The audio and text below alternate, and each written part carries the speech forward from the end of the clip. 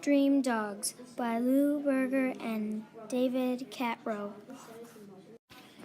Harry wanted a dog. No, more than wanted. He wanted a dog.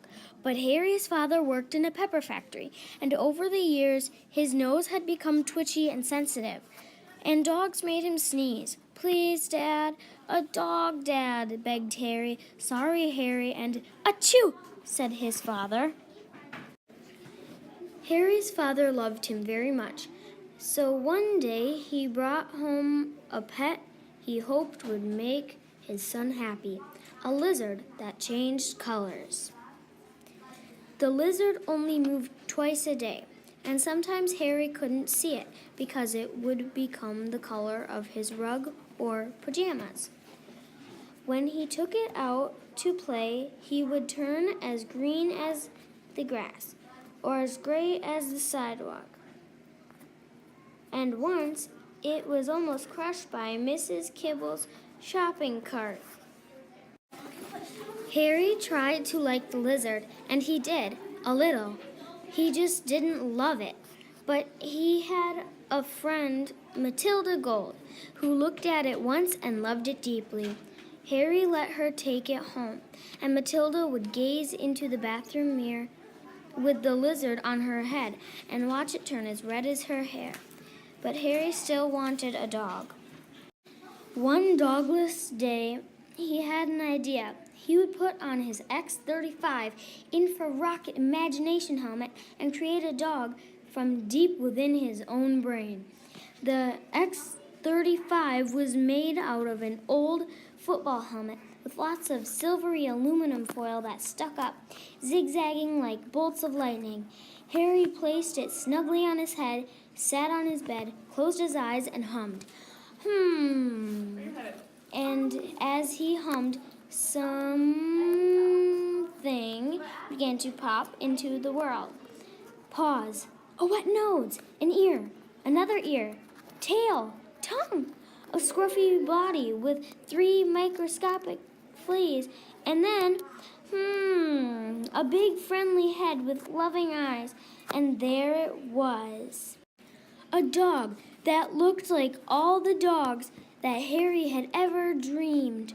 And Harry opened his arms and cried out, "Waffle!" And Waffle flew into his open arms. They ran up the stairs and down the stairs and all around the park.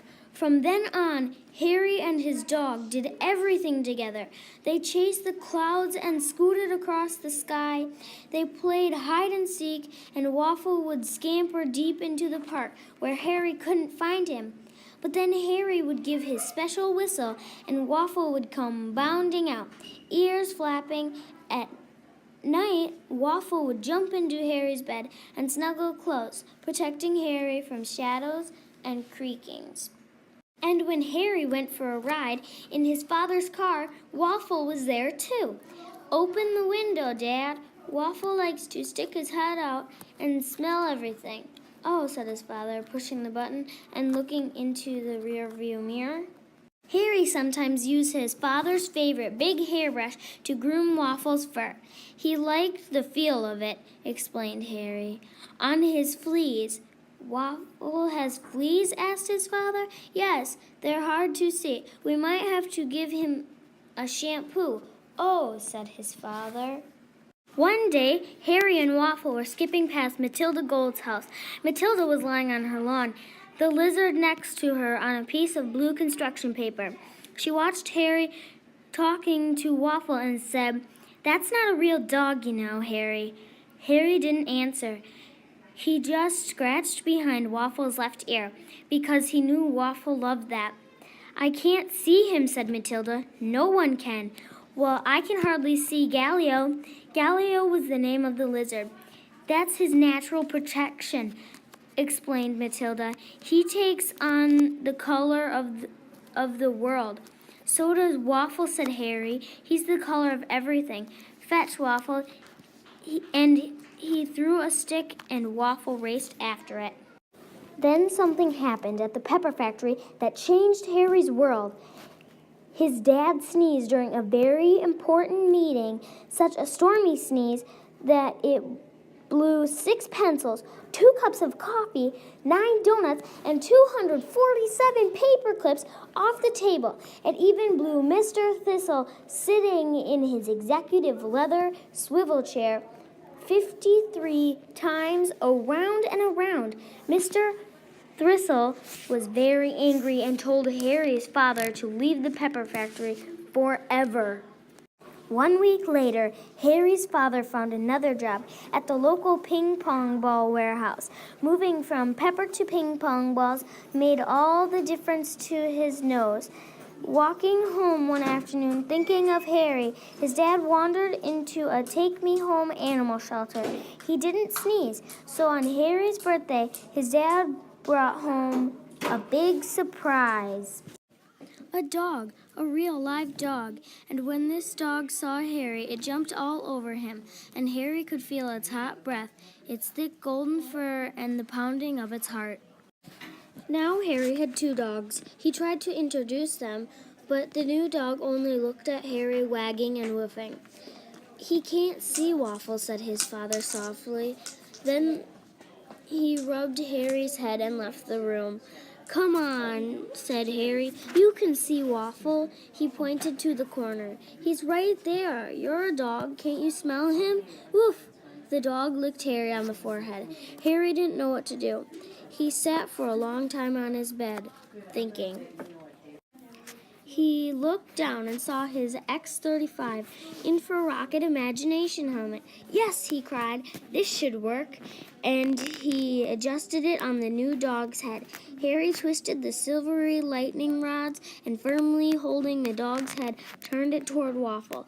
"Look over there. Concentrate."